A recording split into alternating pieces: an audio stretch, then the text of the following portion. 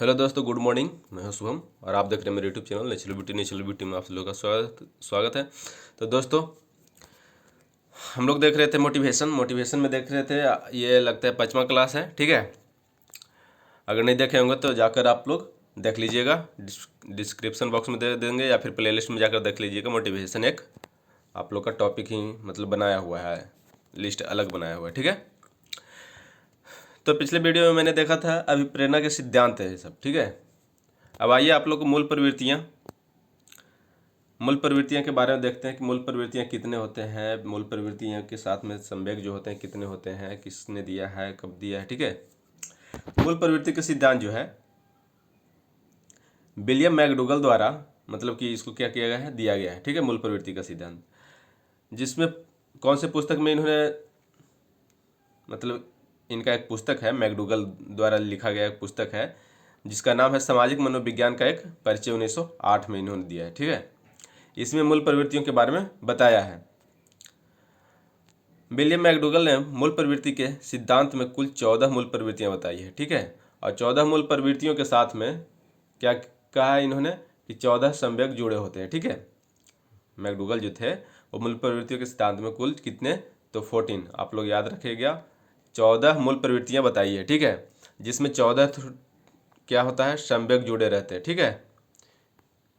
यह ध्यान में रखिएगा। अब आइए मूल प्रवृत्ति की विशेषताएं, ठीक है, और जानेंगे फिर मूल प्रवृत्तियों की विशेषताएं के बाद हम लोग क्या जानेंगे, मूल प्रवृत्तियां मतलब कि कौन कौन होते हैं, ठीक है, और संवेग कौन कौन होते हैं, 14 का 14 टोटल, ठीक है। वीडियो को अगर लाइक और सब्सक्राइब नहीं किए हैं तो प्लीज़ लाइक और सब्सक्राइब कर लीजिए, ठीक है। तो देखिए मूल प्रवृत्ति की विशेषताएं क्या क्या है। पहला कह सकते हैं कि मूल प्रवृत्तियां जन्मजात होती है। क्या होती है, मूल प्रवृत्तियां जन्मजात होती है। ये बहुत इंपॉर्टेंट है, याद करके रखिएगा, ठीक है। मूल प्रवृत्तियां, सेकंड कह सकते हैं मूल प्रवृत्तियां सार्वभौमिक होती है, ठीक है, सार्वभौमिक। तीसरा कह सकते हैं मूल प्रवृत्तियों की मात्रा सभी व्यक्तियों में समान नहीं होती है। मतलब कि जो जन्मजात होती है तो किसी को जैसे होता है ना कि नींद ज़्यादा आता है, भूख ज़्यादा लगता है, या फिर इस तरह से मूल प्रवृत्तियों की जो मात्रा होती है सभी व्यक्तियों में क्या होती है, असमान होती है, ठीक है ना। और क्या लिख सकते हैं, जैसे आप लोग को बीएड एग्जाम वगैरह में या फिर डीएलएड एग्जाम वगैरह में लिखने के लिए दे दिया कि मूल प्रवृत्तियों के बारे में लिखें, ठीक है। तो ये सब चीज़ें आप लिख सकते हैं, कोई दिक्कत नहीं है। और इन्हीं से बनते रहता है आप लोग का सी टेट, यूपी टेट या फिर सुपर टेट, जितने भी टीटी का एग्ज़ाम है वो सब में ये सब आपको काम आएंगे, ठीक है। तो मूल प्रवृत्तियाँ कम से कम पता करके रखिए। तो देखिए चौथा कह सकते हैं हम लोग, मूल प्रवृत्तियां व्यक्ति के व्यवहार को क्या करता है, संचालित करता है। मूल प्रवृत्तियां जो है व्यक्ति के व्यवहार को क्या करता है, संचालित करता है, मतलब कि चलाता है। फिर कह सकते हैं पांचवा, मूल प्रवृत्तियां जो होता है शोधनशील या परिवर्तनशील होती है, नष्ट नहीं होती है। ये हमेशा जैसे कह सकते हैं कि क्या होता है, ये शोधनशील मतलब कि इसमें शोध किया जा सकता है, बदलाव किया जा सकता है, परिवर्तनशील होता है, लेकिन नष्ट नहीं होता है, ठीक है। जैसे कहते हैं ना कि एनर्जी, एनर्जी क्या होता है, एनर्जी जो होता है आप लोग को डिस्ट्रॉय नहीं होता है, लेकिन एक फॉर्म से दूसरे फॉर्म में क्या होता है, ट्रांसफर होता है, ठीक है। नेक्स्ट देखिए छठा बोल सकते हैं, मूल प्रवृत्तियां जो होती है आदतों से भिन्न होती है। क्या होती है, आदतों से भिन्न होती है। आदत एक आपका अलग हो गया, जो आपको लोग मतलब कि जो इच्छा मतलब कि करता है कि नहीं हमको क्रिकेट खेलने का आदत है, फुटबॉल या चेस खेलने का आदत है, तो वो आदत होता है, ठीक है।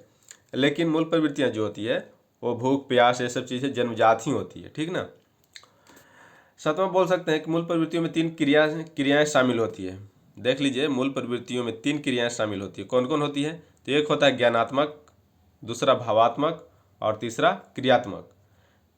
मूल प्रवृत्तियों में ये तीन ठो शामिल है, ठीक है, ज्ञानात्मक, भावात्मक और क्रियात्मक। अब आइए संवेग या मूल प्रवृत्तियां कौन कौन होती हैं इसके बारे में जानते हैं, ठीक ना। एक तरफ संवेग है और दूसरी तरफ क्या है, मूल प्रवृत्तियां हैं, ठीक है। तो देखिए पहला है भय। संवेग जो भय है, तो भय के कारण क्या करेगा लोग, या तो वहां से भाग जाएगा, डर लगेगा तो भाग जाएगा, या फिर पलायन कर जाएगा, ठीक है। दोनों का अर्थ सेम ही है, पलायन कर जाना का या मन यानी भाग जाना। फिर दूसरा बोल सकते हैं आप लोग क्रोध, गुस्सा जिसको बोल सकते हो, क्रोध। क्रोध आता है तो क्या होता है, युद्ध प्रियता, मतलब कि युद्ध करने के लिए आतुर हो जाता है, ठीक है। और इसी को बोल सकते हैं हम लोग युयुत्सा। सीटेट के एग्जाम में पूछ लिया था कि युयुत्सा का मतलब क्या होता है। युयुत्सा का मतलब क्या होता है, तो आप लोग याद रखिएगा कि युद्ध करने की इच्छा को ही युयुत्सा बोला जाता है, ठीक है। फिर नेक्स्ट आइए, तीसरा बोल सकते हैं वात्सल्य। क्या है वात्सल्य? शिशु शिशु रक्षा की प्रवृत्ति इसमें आती है, ठीक है। वात्सल्य का मतलब, इधर संवेग है और इधर क्या है, राइट साइड में मूल प्रवृत्तियां हैं, ठीक है। चौथा बोल सकते हैं संवेग में कि अधिकार भावना होता है। तो अधिकार भावना होता है तो इसमें मूल प्रवृत्तियां क्या होता है, संग्रह या संचय की प्रवृत्ति होती है, ठीक है। अधिकार भावना में क्या होता है, संग्रह या संचय की प्रवृत्ति होती है। पांचवा बोल सकते हैं आमोद। ये क्या होता है, हास्य की प्रवृत्ति, मतलब कि मजाक उड़ाने की जो होती है प्रवृत्ति पाई जाती है, ठीक है। छठा बोल सकते हैं संवेग में भूख। तो भूख लगा मतलब कि भोजन का क्या कर रहा है, खोज करता है, ठीक है। अन्वेषण की प्रवृत्ति होती है, भोजन खोजने की। जैसे आपको लोग को प्यास लगता है तो क्या करते हैं, पानी, मतलब कि लगता है कि नहीं पानी कहीं पे ढूंढना चाहिए हमको, प्यास उसको मिटाना है, ठीक है। तो भोजन अन्वेषण की प्रवृत्ति होती है भूख से, ठीक है। सातवां बोल सकते हैं कृति भाव या रचना का आनंद। इससे क्या होता है, रचना, ठीक है। कौन से मूल प्रवृत्ति में आएगा, तो रचना। आठवां बोल सकते हैं अधीनता की भावना। अधीनता की भावना यानी कि इसमें आत्महीनता हो जाता है, ठीक है। किसी के अधीन आप काम करना नहीं चाहते हैं, ठीक है। तो ये क्या होता है, आत्महीनता की भावना, मतलब कि अधीनता की भावना को बोल सकते हैं मूल प्रवृत्ति में आप लोग का आत्महीनता हो जाएगा। नौवां बोल सकते हैं ये संवेग है श्रेष्ठता की भावना। ये क्या हो जाएगा, आत्म प्रदर्शन को दर्शाता है, ठीक है। 10वां बोल सकते हैं एकाकीपन। एकाकीपन मतलब कि सामूहिकता जो होता है आप लोग का, एकाकीपन, अकेला। जैसे जो मूल प्रवृत्तियां होती है सामूहिकता, मतलब कि मनुष्य एक सामाजिक प्राणी है तो समाज में रहना चाहता है, इस तरह से, ठीक है। तो मूल प्रवृत्तियां जो होती है इसका एकाकीपन का क्या हो जाता है, सामूहिकता हो जाता है। 11वां बोल सकते हैं आश्चर्य, ठीक है। तो आश्चर्य क्या होता है, जिज्ञासा या फिर कौतूहल, ठीक है। कामुकता, कामुकता यानी कि काम, ठीक है। 12वां जो है वो आप लोग का कामुकता यानी कि काम, काम प्रवृत्ति यानी कि जो बोल सकते हैं कि फिजिकली रिलेशनशिप, जिसको बोल सकते हैं या तो सेक्स वगैरह बोल सकते हैं, या फिर ये सब चीज़ें जैसे बच्चे वगैरह में भी पाया जाता है। तो वो सब बच्चे, मतलब छोटे बच्चे में क्या होता है, वो सब अपनी जो काम की प्रवृत्ति पूरा करता है, वो जैसे अंगूठा चूसना, ये सब करना, छोटे छोटे बच्चे जो होते हैं 2 साल 3 साल के, तो वो सब इस तरह से वो अपने, मतलब कि अपने आप को संतुष्ट करते हैं, ठीक है। एक होता है घृणा। घृणा को निवृत्ति बोल सकते हैं, अप्रियता होता है, ठीक है। 14वां जो है लास्ट है, ये कष्ट है, ये संवेग है, ठीक है। तो इसमें क्या होता है, संवेदना होता है और शरणागति होता है, ठीक है। तो ये थे आप लोग का मूल प्रवृत्तियां, ठीक है।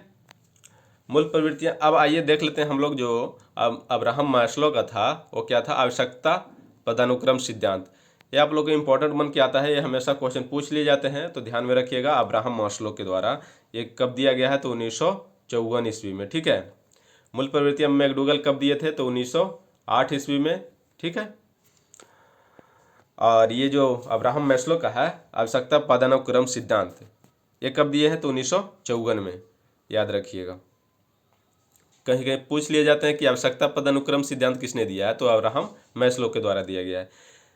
अब देखिए इस सिद्धांत को आत्मसिद्धि का सिद्धांत भी कहा जाता है। अगर कहीं दे दिया जाए कि आवश्यकता पदानुक्रम सिद्धांत मतलब कि ना देकर उसके जगह पे आत्मसिद्धि का सिद्धांत किसने दिया था, तो ये आप लोग को अब्राहम मास्लो ही दिए थे।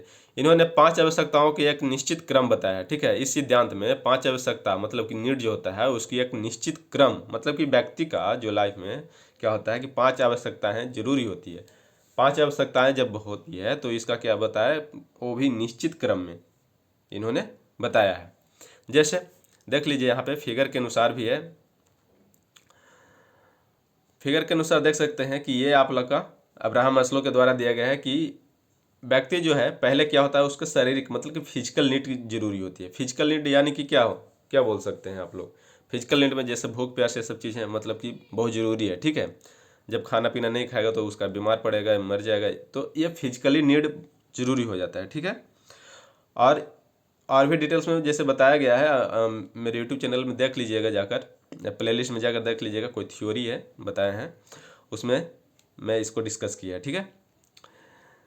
तो सबसे पहले क्या होता है, शारीरिक आवश्यकता है, फिजिकली नीड। मेनली रूप से यही 5 ठो पूछता है आप लोग का।